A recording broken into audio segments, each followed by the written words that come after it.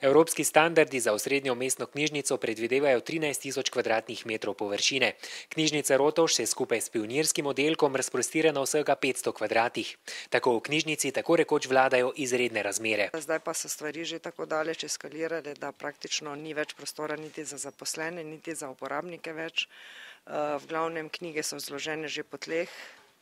Umikamo jih v skladišča, medtem ko bi splošna knjižnica morala imeti vso gradivo v prostem pristopu, tako da se plazijo po tleh tako zaposleni kot uporabniki. Ker naj bi bila rotovška knjižnica korenito prenovljena šele približno do konca leta 2011, so zaposleni v knjižnici le uspeli priti vsaj do začasne rešitve. V sodelovanju z mestno občino Maribor najeli prostore na Rotovškem trgu 9 v neki sejni dvorani, kjer bomo skladiščili vse dvojnice in tako malo sprostili s prostorsko stisko. Nova knjižnica naj bi se nahajala pod Rotovškim trgom v 2 etažah.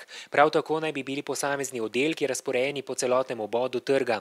Vsi prostori pa naj bi vodili do mestne hiše, kjer se bo nahajala osrednja multimedijska soba. Sedaj se trenutno predvideva med 7 in 8 tisoč kvadrati, vendar imamo še vedno nekaj problemov, zato ker še vedno nismo rešili prostorov za upravo in pa obdelavo in nabavo knjižničnega gradiva, tako da zdaj ti pogovori še potekajo in so v fazi usklajevanja. Kot je še povedala Rampihova, je dodaten dokaz o tem, kako zelo Mariborčani potrebujejo novo knjižnico, statistika, ki kaže, da zanimanje za izposojo knjig za razliko od ostalih občin v Mariboru narašča.